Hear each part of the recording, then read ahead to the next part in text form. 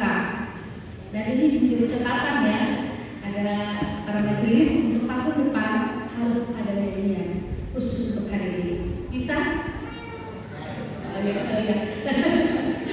Iya.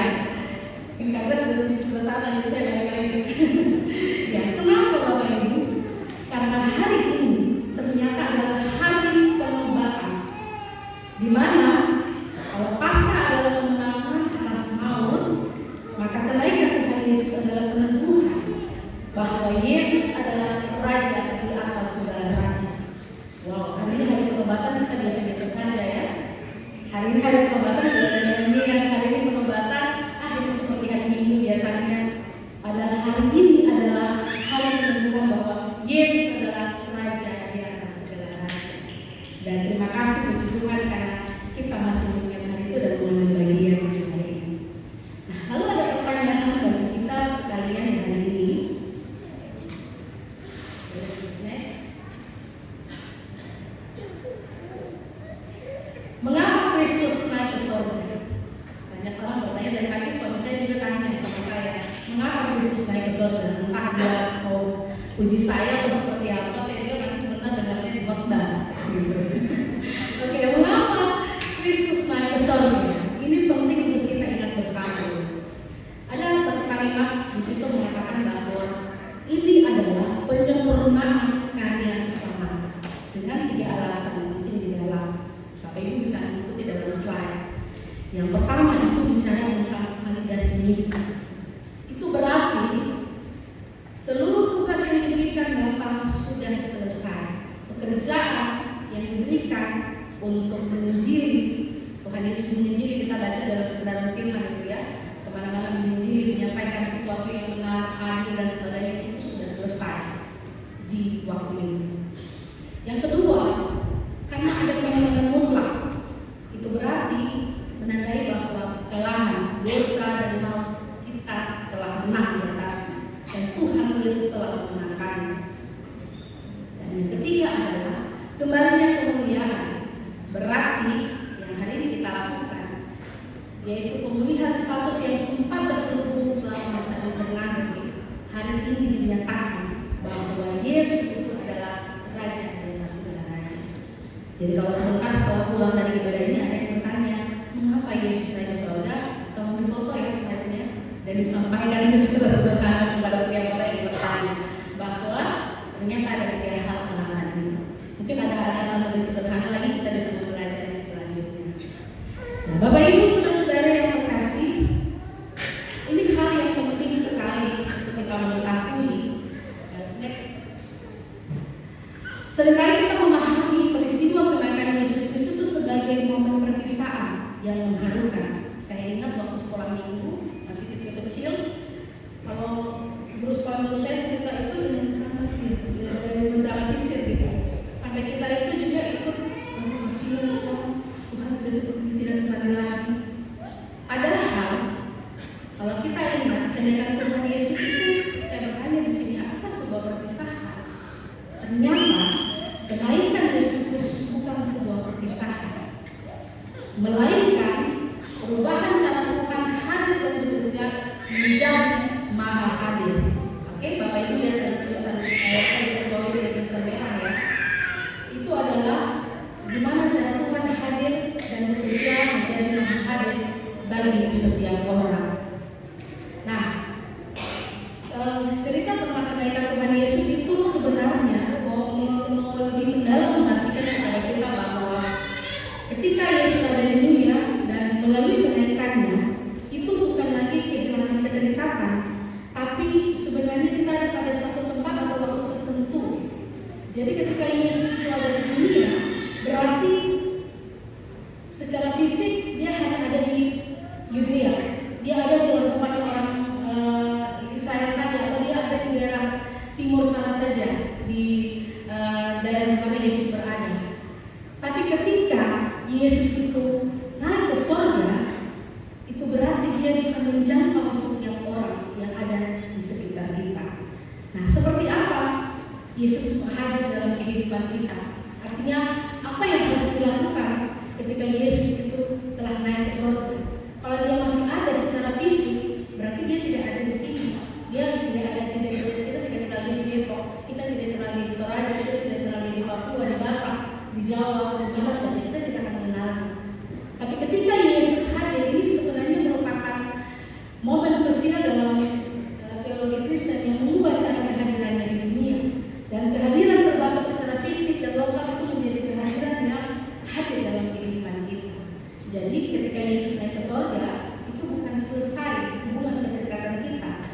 berarti ada yang dinamakan Yesus itu Maha Hadir.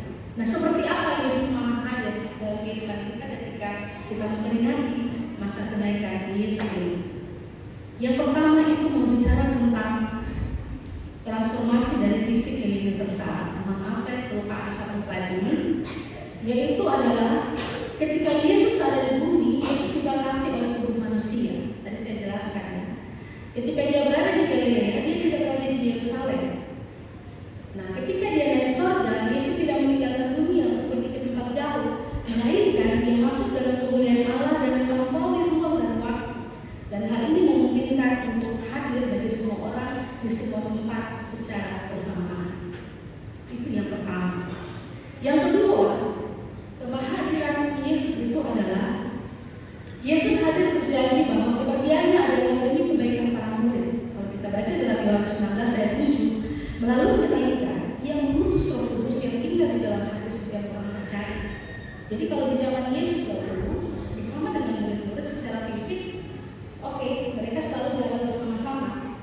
Tapi ketika Yesus naik ke surga dan sampai sekarang, melalui Rohnya Yesus berada di dalam murid itu sendiri. Dalam bentuk apa? Dalam bentuk Roh yang bekerja. Dan pemberitaan kebenaran firman Tuhan itu baru kita kenal sampai hari saat ini. Lalu yang ketiga, yang mau menceritakan tentang kehadiran Yesus itu ketika Yesus naik ke surga dan kita masih merasakannya adalah jabatan sebagai imam besar dan penerus syafaat. Kenaikan Yesus menunjukkan bahwa Yesus duduk di sebelah kanan Allah Bapa. Kata ini sudah kita dengar ya, di sebelah kanan Allah Bapa. Sebenarnya ini sebuah kiasan teologis. Kalau bicara tentang kanan Allah Bapa, itu bicara tentang kiasan teologis yang merujuk pada posisi strategis atau secara fisik, geografis, istilahnya, oh ya Yesus ada di sebelah kanan, di sebelah kanan. Tapi ini mau menunjukkan kalau dalam budaya Timur kuno itu posisi kanan adalah posisi yang tertinggi, bahwa dia adalah seorang yang besar. Sehingga kenaikan menunjukkan bahwa Yesus di sebelah kanan Allah Bapa itu berarti dalam posisi ini dia menjalankan perannya sebagai imam besar yang abadi. Dan kehadiran berarti ia dapat mendengarkan doa dan memberikan syafaat bagi setiap individu di seluruh penjuru dunia tanpa ada hambatan dan jarak. Jadi ketika kita memberikan doa, Yesus itu akan mendengar. Karena tadi posisi kehadirannya dia ada di dalam setiap ruang dan waktu. Dan yang ketiga adalah kepala atau tubuh gereja. Dalam kehadiran Yesus, secara teologis kenaikan menegaskan posisi Yesus sebagai kepala gereja. Karena dia Maha Hadir, dia mampu memimpin, membimbing, memberi kekuatan kepada gerejanya yang tersebar di berbagai bangsa dan di bumi. Bapak Ibu, kalau hari ini kita sedang mengatur, menjalankan kekristenan kita, kepercayaan kita, iman kita, itu karena apa? Karena tadi Yesus sendiri yang memimpin dan menuntun, bukan karena pendeta Lisa, bukan karena saudara Robert, bukan karena majelis jemaat, bukan karena sinode, bukan karena kelas, tetapi karena tadi Yesus adalah kepala gereja itu sendiri dan dia memberikan hikmat kepada gereja untuk melakukan sesuatu yang bertanggung jawab, yaitu memimpin, membimbing dan memberi kekuatan kepada gereja yang tersebar di berbagai bangsa dan budaya dan berbagai budaya.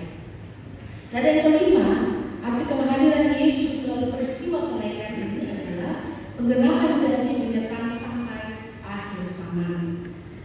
Bapak Ibu, di Injil Matius, di pembacaan Injil Matius kalau nanti kita baca, di situ berkata, "Aku menyertai kamu senantiasa sampai kepada akhir zaman." Kenaikan ini adalah mekanisme yang memungkinkan janji untuk menjadi nyata. Tanpa kenaikan, penyertaan itu hanya akan ada bersifat lokal. Jadi kalau saat ini Tuhan Yesus itu dia masih ada di tengah-tengah orang Yahudi saja, berarti berkatnya hanya di situ saja. Kita di sini tidak dapat berkatnya. Dia hanya memilih mereka saja. Tapi ketika dia dengan peristiwa kenaikannya, berarti penyertaannya itu menjadi universal, menjadi kekal untuk semua orang yang mendapatkan berkatnya. Sehingga kita semua terpilih, kita semua diberikan kesempatan untuk menyembah Tuhan dan mencari. Nah, Bapak Ibu, sehingga kenaikan bukan sebuah perpisahan, melainkan sebuah perubahan cara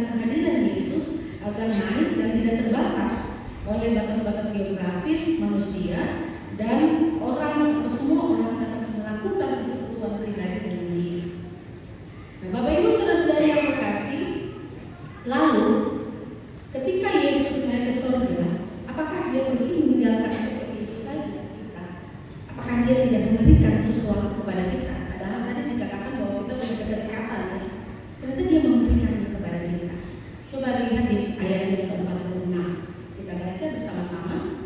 Katanya kepada mereka, ada tertulis begini, Mesias harus menderita dan bangkit dari antara orang mati pada hari ketiga, ayat 27, dan juga dalam namanya berita tentang pertobatan untuk pengampunan dosa harus diberitakan kepada segala bangsa mulai dari Yerusalem.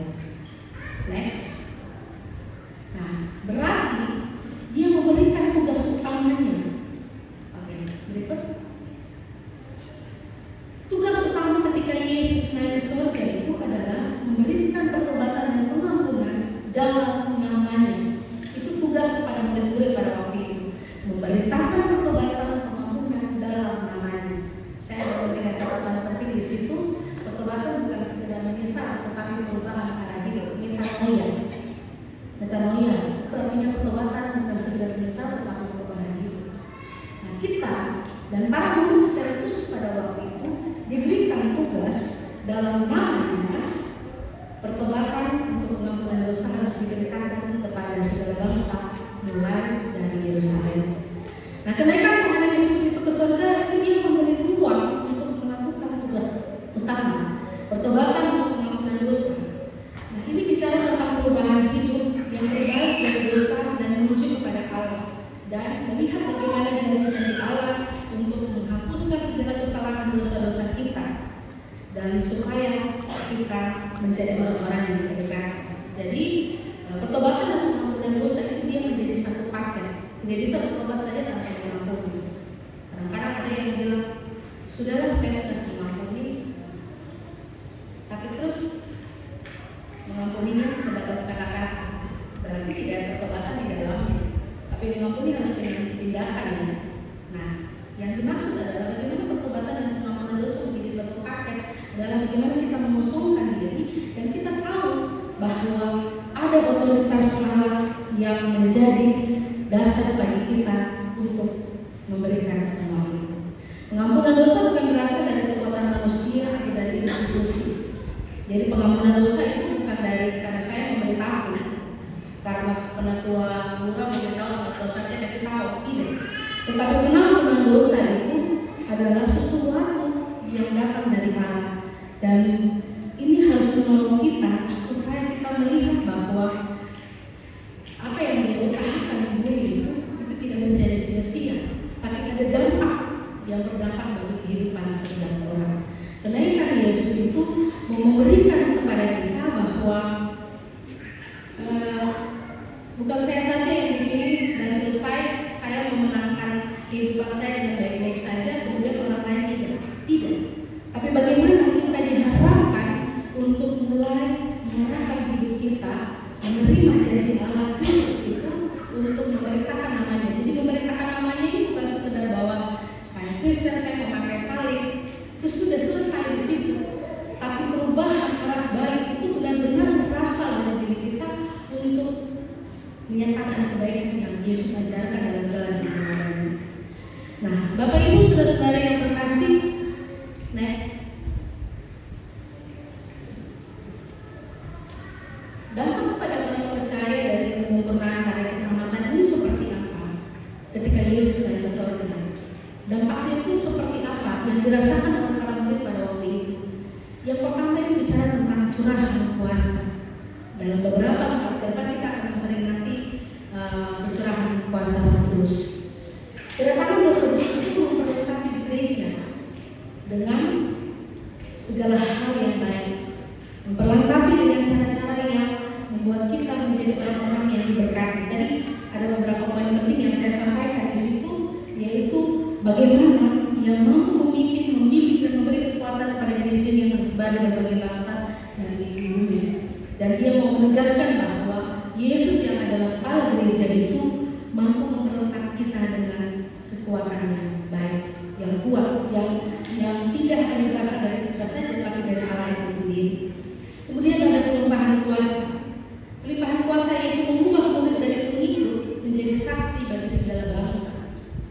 Nah, kita diberikan kelimpahan kuasa. Jadi dampak dari apa yang disampaikan oleh Yesus atau diberikan Yesus kepada kita adalah ada kelimpahan kuasa. Nah, itu telah dirasakan oleh murid-murid, yaitu mengubah murid dari pengikut menjadi saksi. Kalau jadi pengikut kan cuma ikut saja, follow ya. Kalau orang biasa di YouTube atau dia seorang influencer, kita bisa mengikuti dia saja.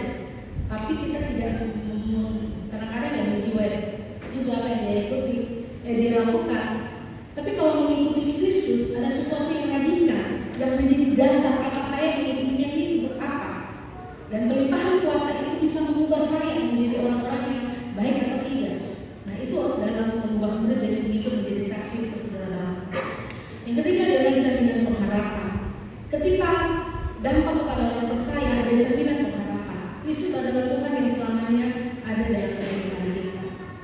Kalau tadi dalam Matius mengatakan bahwa jadikanlah semua bangsa muridku dan baptislah mereka, dan kata-kata selanjutnya itu mau menjelaskan kepada kita bahwa kehidupan kita itu sudah ada jaminan yang kekal. Banyak orang melakukan jaminan Tuhan dalam hidupnya, dan pada saat kenaikan itu sebenarnya persiapan yang Yesus mau memberikan kepada kita bahwa ada dampaknya. Dampaknya itu adalah Kristus adalah Tuhan yang selamanya ada dalam kehidupan kita, mampu menjamin kehidupan kita dengan kebaikan-kebaikan yang luar biasa. Bapak Ibu sudah mendapat jaminan Tuhan sampai saat ini. Yang paling kelihatan apa ya? Sampai hari ini bangun pagi tadi ya. Oh, hari ini hari 14 Mei, hari ini masih pagi. Oh, saya akan pergi ke gereja. Oke, itu salah satu bentuk yang harus kita syukuri bahwa ternyata ada janji, ada jaminan hidup yang masih diberikan kepada kita di balik semua kemunduran-kemunduran yang kita hadapi. Dan ini yang diberikan kepada murid-murid pada waktu itu. Yang pertama ada curahan kuasa, ada kelimpahan kuasa, kemudian ada jaminan pengharapan. Dari ketiga hal ini, ketika proses naiknya Yesus ke surga, dia tahu bahwa ketika hal ini dilakukan berarti ada dampak dalam kehidupan orang percaya pada umumnya atau pada semua orang yang percaya kepadanya. Next. Ya. Bapak Ibu, ternyata kehadiran Kristus, kenaikan Kristus ke surga itu tadi itu bukan sebuah peristiwa perpisahan, tetapi bagaimana menghadirkan Tuhan yang Maha Hadir itu di dalam kehidupan kita. Jadi hari ini kita hadir di tempat ini mau menceritakan bahwa bagaimana menghadirkan Tuhan yang Maha Hadir dalam kehidupan kita. Ketika kita bicara tentang kehadiran Tuhan di dalam kehidupan kita, berarti konsep Tuhan yang Maha Hadir sering dipahami bukan sekedar sosok yang melihat dari jauh, melainkan kehadiran yang meresap dalam kehidupan kita setiap hari. Dalam kehidupan nyata biasanya ada beberapa dimensi yang harus kita lihat. Ketika Kristus itu mungkin tidak kelihatan, tapi dia sedang bekerja dalam kehidupan kita. Nah, hari ini saya mau menitikberatkan peristiwa kenaikan Yesus itu adalah bagaimana kita melihat menghadirkan Tuhan yang Maha Hadir itu dalam kehidupan kita. Tadi kan dalam konsepnya kita tahu bahwa Tuhan itu bukan hanya hadir di hidup orang Israel sana saja, tetapi dia juga ada dalam kehidupan kita. Itu berarti bagaimana menghadirkan Tuhan dalam kehidupan kita. Saya menulis yang pertama adalah dalam ketenangan batin dan dalam hiburan. Bapak Ibu, banyak orang merasakan kehadiran Tuhan melalui suara hati atau intuisi yang mengarahkan pada kebaikan. Dan saat ini kita merasa tenang dengan berbagai masalah atau merasa teguh melakukan kesalahan. Itulah bentuk kehadiran yang bekerja langsung dalam hati manusia. Situasi Indonesia baik-baik saja. Situasi rumah hari ini baik-baik saja. Situasi persekutuan baik-baik saja. Tidak ya? Oke, kita harus jujur bilang tidak. Tapi kehadirannya itu membawa kita untuk bekerja langsung dalam batin kita untuk melakukan kebaikan-kebaikan. Jadi kalau kita masih diberikan sabar, diberikan ketaatan, nah itu bicara tentang ketenangan batin dan hati nurani. Dari tempat yang mahal ini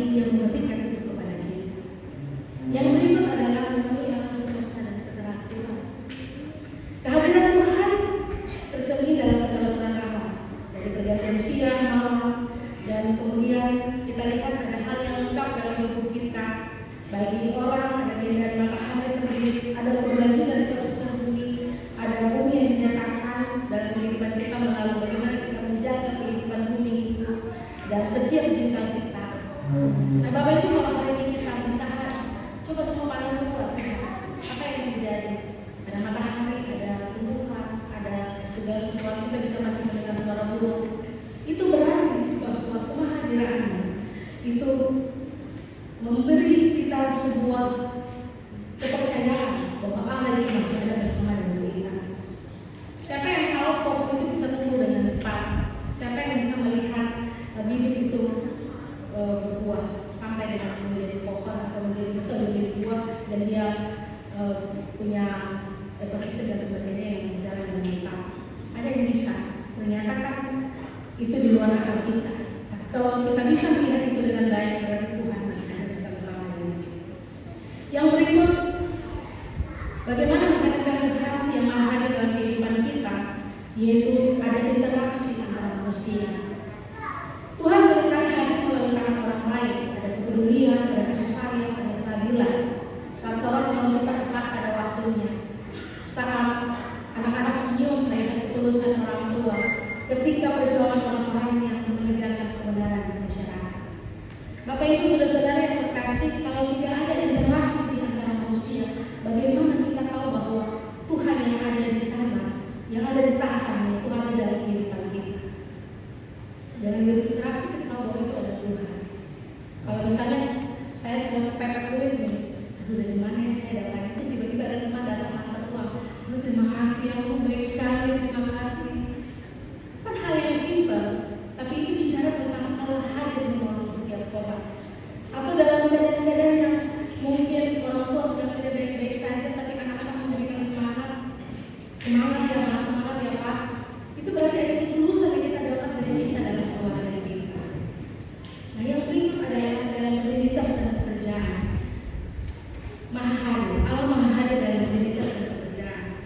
Itu berarti tidak hanya di tempat ibadah, tapi Ia hadir dalam kejujuran saat kita bekerja, dalam kesabaran saat mendidik, dalam dedikasi kita menjalankan tugas tanggung jawab, dalam peran yang ada dalam keluarga, dalam tindakan kecil yang kita lakukan dengan niat yang dianggap sebagai bentuk kecintaan Dia. Kalau dalam pekerjaan kita harus mengingat peristiwa hari ini bahwa ketika Kristus naik ke surga, Dia datang lagi hadir dalam seluruh rutinitas dan pekerjaan kita. Jadi tidak ada alasan untuk tidak bekerja. Ini banyak libur, ada semua diberikan waktu libur yang sama seperti anak sekolah? Enggak ya? Yang orang tua harus bekerja ya, anak-anak harus bekerja. Iya. Karena apa? Jangan ada malasnya. Nanti pasti ada yang bilang, malas sih kerja lagi. Karena kita harus tahu bahwa di situ Allah hadir untuk bagaimana kita bisa menjadi berkat untuk orang lain dan juga untuk diri kita sendiri. Dan yang kelima adalah dalam penderitaan dan harapan. Jadi di titik terendah manusia kadang-kadang merasa sendiri. Dan konsep harapan itu dia bisa menjadi kekuatan. Ketika Ia hadir dalam harapan membuat seseorang mampu bangkit kembali, memberikan kekuatan ekstra yang secara logika itu sulit untuk dijelaskan. Bapak Ibu, mungkin saat ini kita terlihat bersama-sama, beramai dalam bersekutu, tapi juga mungkin dalam kehidupan sosial, bertetangga dan sebagainya, kita terlihat biasa bersama-sama. Tapi sebenarnya kita juga menjadi sendiri karena ada umurnya masing-masing dalam hidup keluarga. Secara ekonomi mungkin kita sedang memikirkan bagaimana saya harus hidup lebih baik, bagaimana saya menghidupi anak-anak saya, bagaimana saya nanti di masa tua ini bisa tidak bertahan seperti ini. Dan penderitaan ini akan membuat kita berpikir ada orang yang bisa menerimanya dan dia datang kepada Kristus meminta Tuhan menolong dia. Tapi ada orang yang akan datang pada depresi dan ketergantungan kepada orang lain dan hanya percaya bahwa apakah ini bisa terjadi, bisa dipulihkan. Nah, tetapi dalam penderitaan dan harapan sebenarnya ada kekuatan, yaitu dengan menghadirkan Tuhan di dalam kehidupan setiap saat. Sehingga Bapak Ibu saudara-saudara yang terkasih dalam Kristus, hari ini kita diminta untuk bagaimana melihat peristiwa kenaikan Kristus ke surga itu bukan bicara tentang perpisahan, tapi hari ini kita diharapkan untuk melihat bagaimana kenaikan Kristus ke surga itu menghadirkan Dia yang maha hadir itu dalam kehidupan kita. Jadi kita tidak sendiri, dimanapun Kristus itu hadir dalam kehidupan kita untuk memperbaharui kita, mendapatkan kasih dan pemurahan. Dan hari ini ada penobatan. Bapak Ibu jangan menganggap ini biasa-biasa